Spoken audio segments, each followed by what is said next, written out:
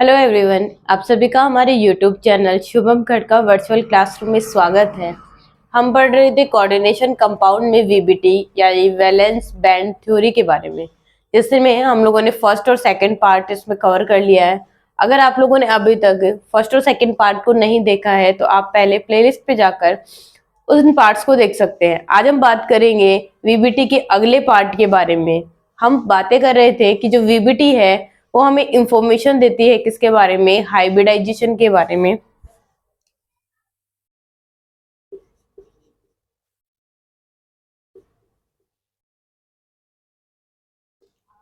Second है geometry के बारे में। Next, number of unpaired electrons, ये हमें इंफॉर्मेशन देती है मैग्नेटिक प्रॉपर्टी के बारे में। साथ ही साथ इनर ऑर्बिटल या फिर आउटर ऑर्बिटल कॉम्प्लेक्स,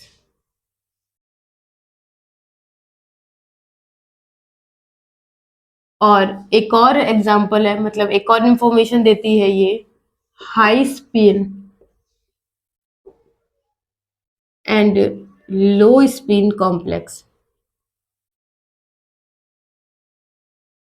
ये सारी इंफॉर्मेशन हमें किससे मिलती है? वीबीटी से। और साथ ही साथ डाइपोल मोमेंट के बारे में, जिसे हम म्यू से डिनोट करते हैं।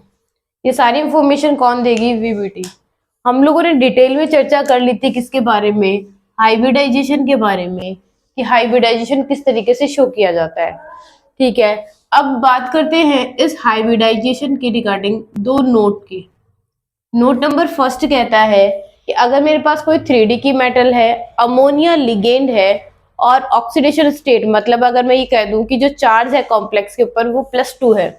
क्या कहा है कि एक मेटल है जो 3D की है, साथ ही साथ जो अमोनिया है वो 6 कोऑर्डिनेशन नंबर में हो और +2 ऑक्सीडेशन स्टेट में हो।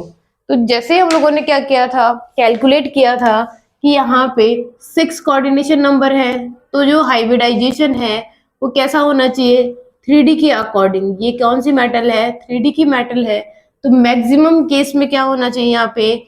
Strong hybridisation.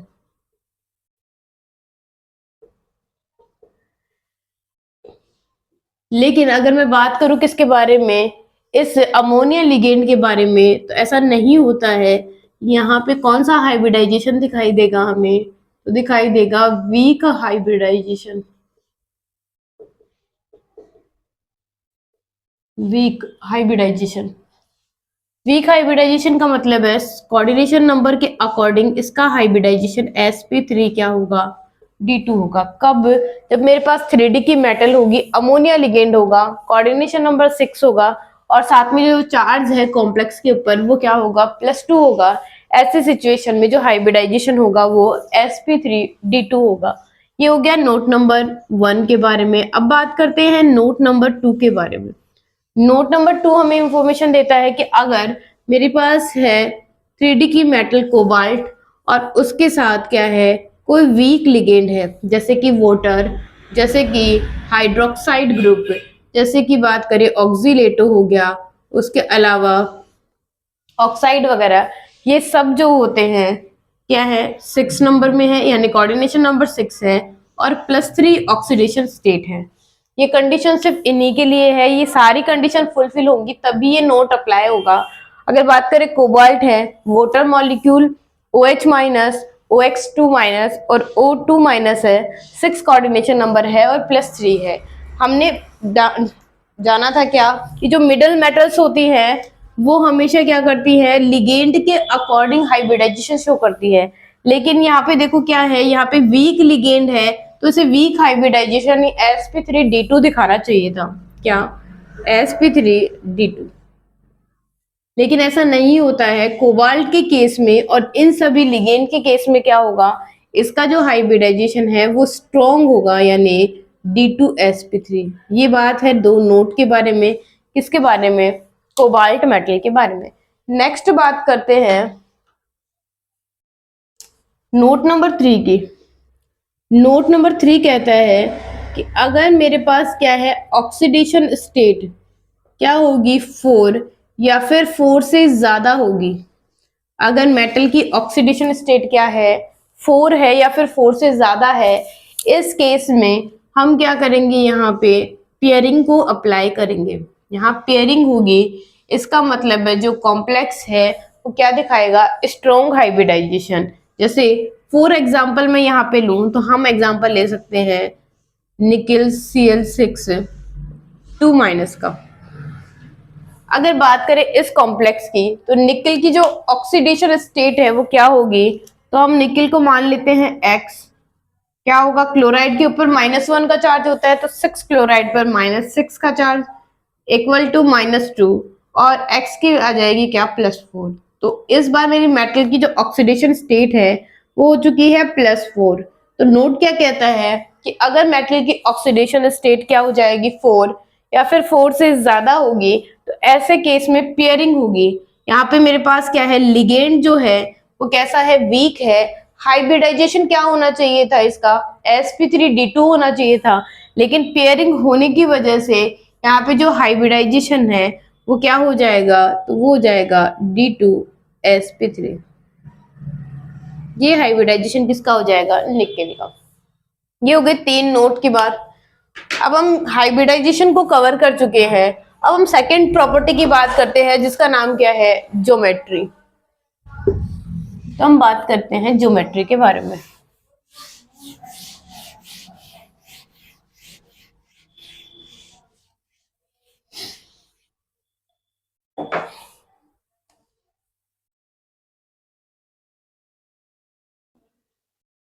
ज्योमेट्री की चर्चा करते हैं। ज्योमेट्री की अगर बात करें तो अगर मेरे पास कोऑर्डिनेशन नंबर कितना है, 4 है, तो हाइब्रिडाइजेशन क्या होता है उसका, sp3 होगा या फिर dsp2 होगा। ठीक है, इसके अकॉर्डिंग अगर ज्योमेट्री की बात करें, अगर हाइब्रिडाइजेशन sp3 आएगा तो ऐसे में इसकी ज्योमेट्री होगी टेट्राहाइड्रल।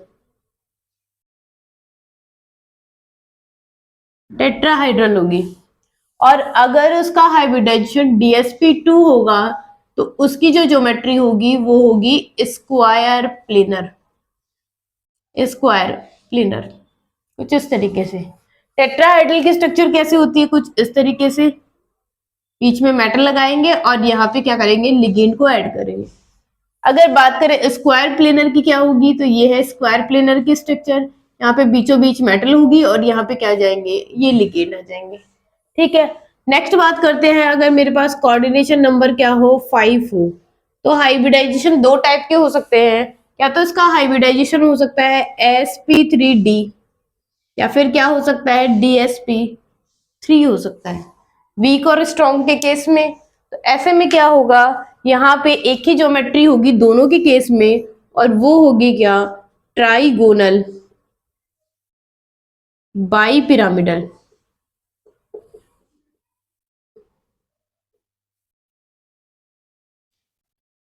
ट्राइगोनल बाई पिरामिडल क्या होगी, ज्योमेट्री होगी कोऑर्डिनेशन नंबर 5 के केस में। नेक्स्ट बात करते हैं कोऑर्डिनेशन नंबर 6 के बारे में। तो इसके दो हाइब्रिडाइजेशन हो सकते हैं, क्या तो sp3d2 होगा या फिर d2sp3 होगा। तो इस केस में क्या हो जाएगी, इसकी जो ज्योमेट्री होगी वो हो जाएगी ऑक्टाहाइड्रल। ऑक्टाहाइड्रल क्या होगी इसकी ज्योमेट्री, या फिर इसकी ज्योमेट्री क्या हो जाएगी, स्क्वायर बाई पिरामिडल।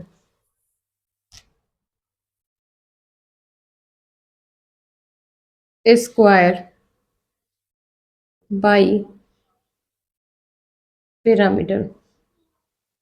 अब इन दोनों में डिफरेंस क्या है, जब लिगेंड या फिर मेटल और लिगेंड के बीच में इलेक्ट्रॉन का डिस्ट्रीब्यूशन क्या नहीं होता, सिमेट्रिक नहीं होता, मतलब कि एसिमेट्रिक टाइप का होगा, तब हम उसकी ज्योमेट्री क्या बताएंगे, स्क्वायर बाई पिरामिडल। अभी इस पे ध्यान देने की जरूरत नहीं है, हमें सिर्फ ये ध्यान रखना है कि जो कोऑर्डिनेशन नंबर क्या होगा 6, तो उसकी ज्योमेट्री क्या होगी, ऑक्टाहाइड्रल होगी। अब कुछ एग्जांपल्स देखते हैं और समझते हैं। जैसे मैं बात करूं किसके बारे में, एग्जाम्पल की, तो एग्जाम्पल है जैसे निकेल Cl4 2-। हमें पता है कि सबसे पहले हम किसको देखेंगे, मेटल को। मेटल कौन है, मिडल की मेटल है। अगर कोऑर्डिनेशन नंबर की बात करें तो 4 कोऑर्डिनेशन नंबर है। और लिगेंड कौन है, तो लिगेंड है यहाँ पे क्लोराइड, यानी वीक लिगेंड है। इसका मतलब है यहाँ पे एक ही हाइब्रिडाइजेशन होगा, वो होगा sp3। अगर हाइब्रिडाइजेशन क्या है, sp3 है, ऐसे में इसकी जो ज्योमेट्री होगी वो होगी टेट्राहाइड्रल। कैसा दिखाई देगा ये निकेल, और यहाँ पे जो लिगेंड है Cl- वो कुछ टेट्राहाइड्रल मैनर में इस तरीके से होगी 2-। ये हो गई किसकी ज्योमेट्री, निकेल Cl4- की। नेक्स्ट बात करते हैं एक और एग्जांपल की। अगर मेरे पास क्या है, FeCO5 है, ये वाला लिगेंड है, यानी ये वाला मेटल कॉम्प्लेक्स है, तो इसकी क्या होगी, तो इसके केस में बात करें तो कोऑर्डिनेशन नंबर 5 है। मेटल क्या है, मेटल है Fe, यानी मिडल मेटल। और लिगेंड कैसा है, स्ट्रॉन्ग है। हमने क्या देखा था, वीक लिगेंड्स देखे थे, इनके अलावा जो भी होगा वो क्या होगा, स्ट्रॉन्ग लिगेंड होगा। तो ये स्ट्रॉन्ग लिगेंड है, तो स्ट्रॉन्ग लिगेंड होने पर स्ट्रॉन्ग हाइब्रिडाइजेशन यानी DsP3 दिखाई देगा। ये है DsP3। DsP3 अगर होगा तो यहाँ पे कौन सी ज्योमेट्री होगी, ट्राइगोनल बाई पिरामिडल ज्योमेट्री होगी। अब हम इसको कैसे दिखा सकते हैं, तो कुछ इस तरीके से।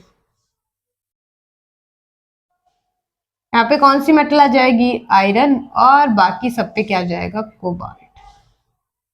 ये हो गई किसकी स्ट्रक्चर, FeCO5 की। और एग्जांपल देखते हैं।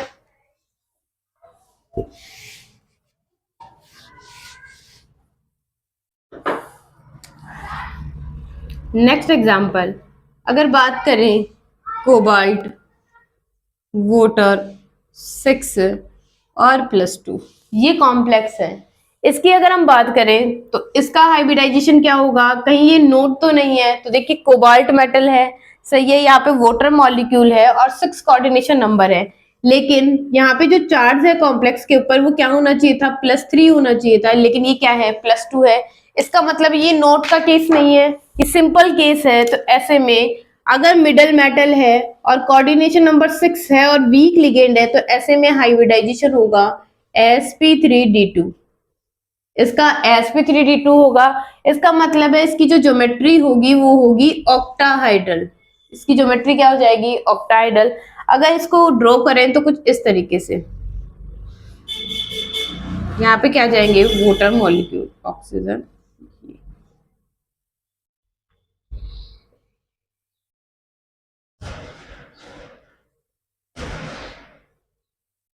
और +2, कुछ इस तरीके से स्ट्रक्चर बनाएंगे। तो ये होगी ज्योमेट्री की बात कि हम वीबीटी से क्या कर सकते हैं, डिटरमाइन कर सकते हैं ज्योमेट्री के बारे में। नेक्स्ट बात करते हैं अनपेयर्ड इलेक्ट्रॉन्स के बारे में।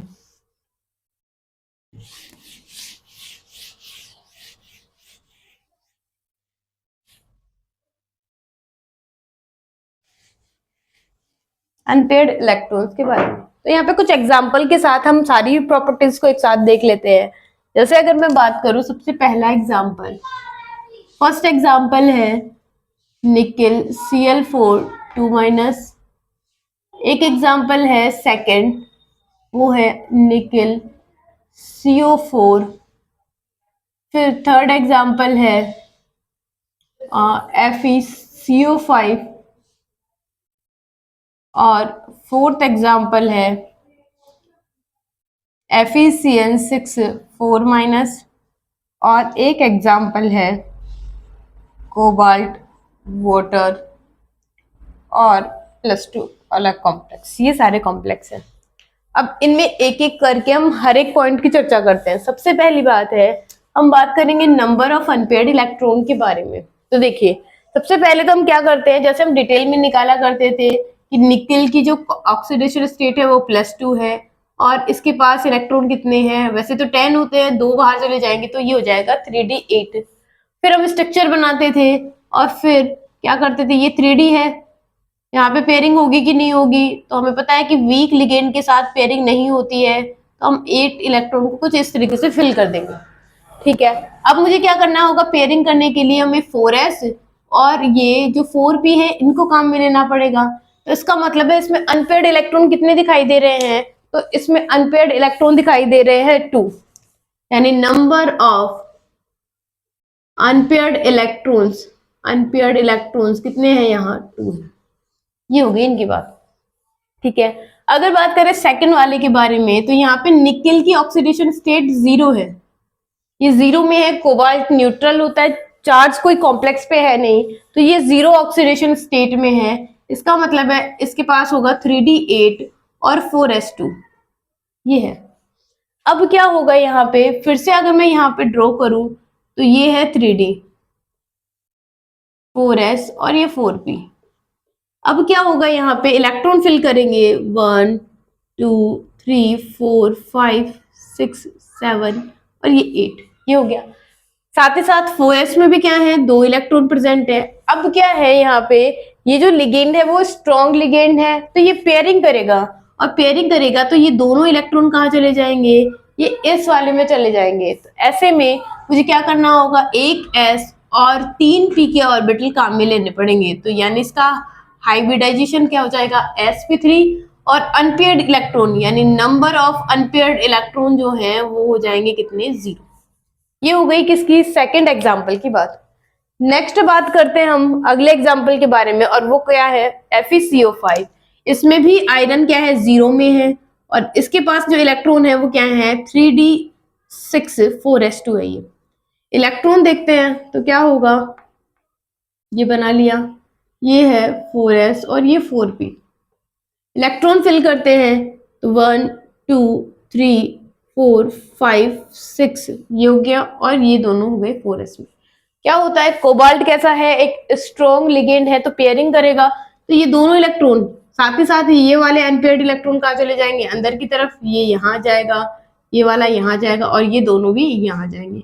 इसका मतलब है किस तरीके की रिप्रेजेंटेशन हमें दिखाई देगी, तो वो दिखाई देगी कुछ इस तरीके से। यहाँ पे आ जाएंगे क्या, ये 8 इलेक्ट्रॉन्स।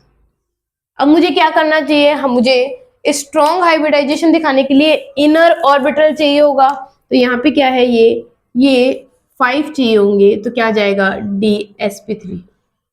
ठीक है, अनपेयर्ड इलेक्ट्रॉन की बात करें तो यहाँ पे भी अनपेयर्ड इलेक्ट्रॉन कितने, जिसे मैं n से डिनोट कर देती हूँ, वो है 0।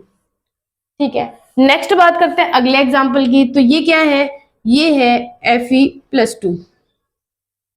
इसमें 6 इलेक्ट्रॉन है, 3d6, क्या है, स्ट्रॉन्ग लिगेंड है, इसका मतलब 6 के 6 पेयरिंग कर लेंगे, तो इसका मतलब है यहाँ पे n की वैल्यू क्या होगी, 0 होगी। नेक्स्ट एग्जांपल इसकी बात करते हैं, ये है कोबाल्ट+2। कोबाल्ट+2 होता है, उसके पास होते हैं 3d7, ये 3d7 है। अब ये क्या करेगा, ये फिर से फिलिंग करेगा, तो यहाँ पे क्या है, ये वाटर मॉलिक्यूल कैसा होता है, वीक होगा, इसका मतलब पेयरिंग नहीं होगी, इसका मतलब कैसे इलेक्ट्रॉन भरे जाएंगे, 1 2 3 4 5 6 और 7। अब मुझे क्या करना होगा, आगे के ऑर्बिटल को काम में लेना होगा, तो यहाँ पे अनपेयर्ड इलेक्ट्रॉन क्या हो चुके हैं, ये हो गए हैं 3। ठीक है, अब देखिए अनपेयर्ड इलेक्ट्रॉन की तो चर्चा हो चुकी है, बस हमें ध्यान में रखना है इस निकेल के कॉम्प्लेक्स को। निकेल का कॉम्प्लेक्स क्या है, मिडल मेटल है, स्ट्रॉन्ग लिगेंड है, फिर भी ये क्या कर रहा है, वीक हाइब्रिडाइजेशन दिखा रहा है। उसका रीजन क्या है, इसका इलेक्ट्रॉनिक कॉन्फ़िगरेशन, कि यहाँ पे मेरे पास क्या नहीं है, इलेक्ट्रॉन्स ही नहीं है, यानी ऑर्बिटल ही नहीं है वैकेंट, तो ये क्या दिखाएगा, वीक हाइब्रिडाइजेशन। बस इसको ध्यान में रखना है, सिर्फ निकेल के कॉम्प्लेक्स को। फिर नंबर ऑफ अनपेयर्ड इलेक्ट्रॉन पूरा हो गया। अब है फोर्थ, मैग्नेटिक प्रॉपर्टी। इसका मतलब ये है कि ये जो कॉम्प्लेक्स मैंने लिए हैं वो कैसी नेचर के हैं, डायामैग्नेटिक है या फिर पैरामैग्नेटिक है।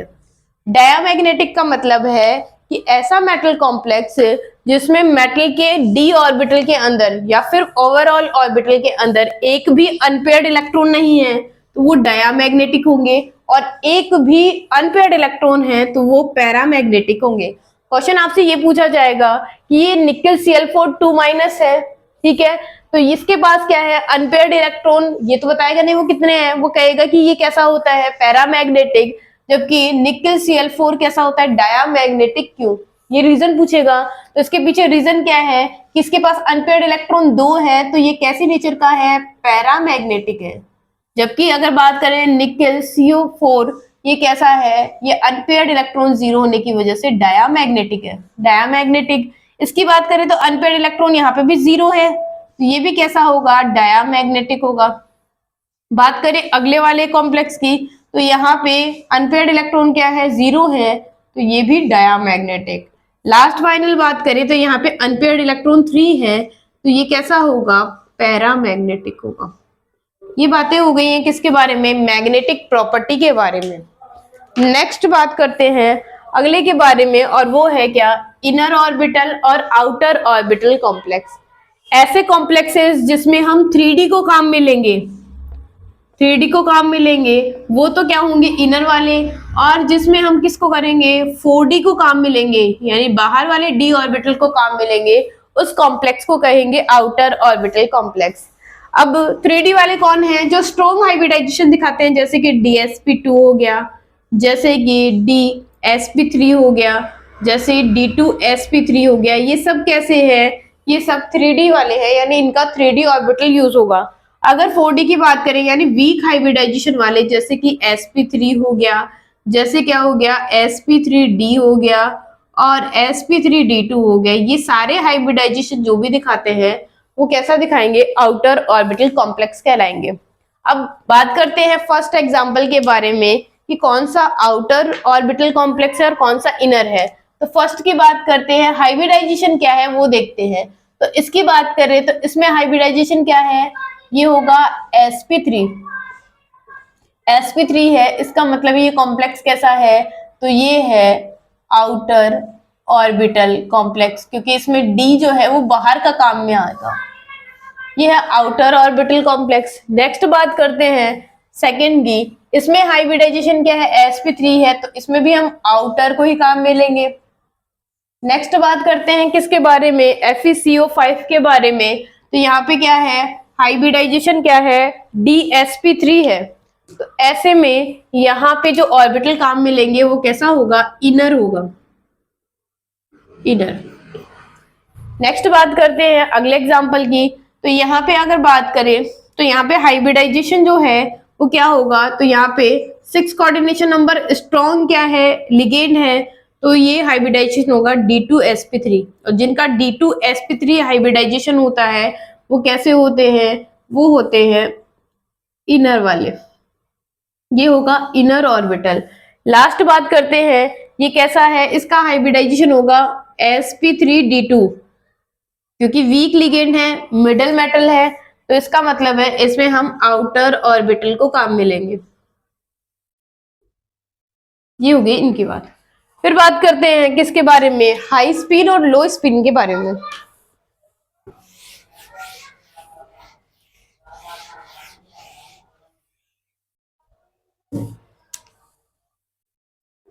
हाई स्पिन और लो स्पिन कॉम्प्लेक्स के बारे में,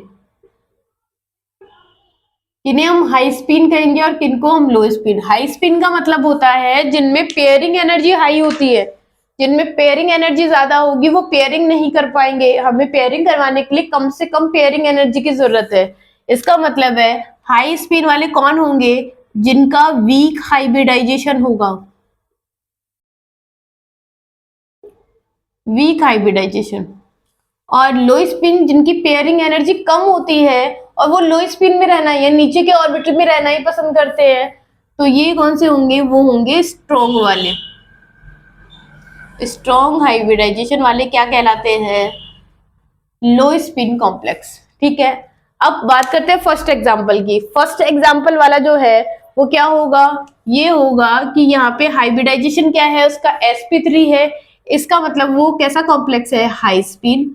सेकेंड एग्जाम्पल की बात करते हैं, कौन है, निकेल CO4। इसमें हम क्या करें, sp3 हाइब्रिडाइजेशन ही है, पर इसने क्या होने की वजह से, स्ट्रॉन्ग लिगेंड होने की वजह से क्या की है, पेयरिंग की है। स्ट्रॉन्ग लिगेंड था तभी तो पेयरिंग की है, इसका मतलब है ये कैसा कॉम्प्लेक्स है, तो एक लो स्पिन कॉम्प्लेक्स है।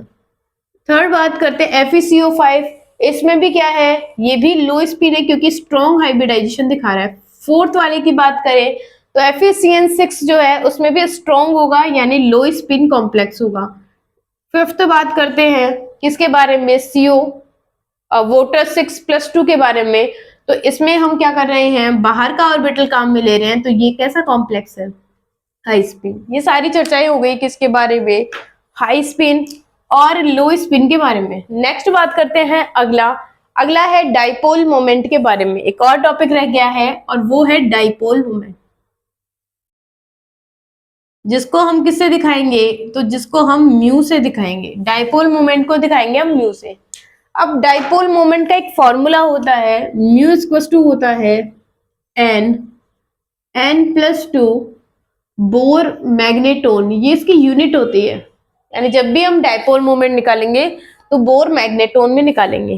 ठीक है, अब बात करते हैं, फर्स्ट एग्जांपल लेते हैं। फर्स्ट एग्जांपल क्या है, यहाँ पे निकल Cl4 2- है, इस कॉम्प्लेक्स में अनपेयर्ड इलेक्ट्रॉन 2 है, तो ऐसे में क्या होगा, यहाँ पे वैल्यू रखते हैं, म्यू इक्वल टू क्या हो जाएगा 2 और 2+2 ये हो गया बोर मैग्नेटोन। जब इसको सॉल्व करेंगे तो वैल्यू क्या आ जाएगी, ये आ जाएगी 2 × 4 यानी 8√8।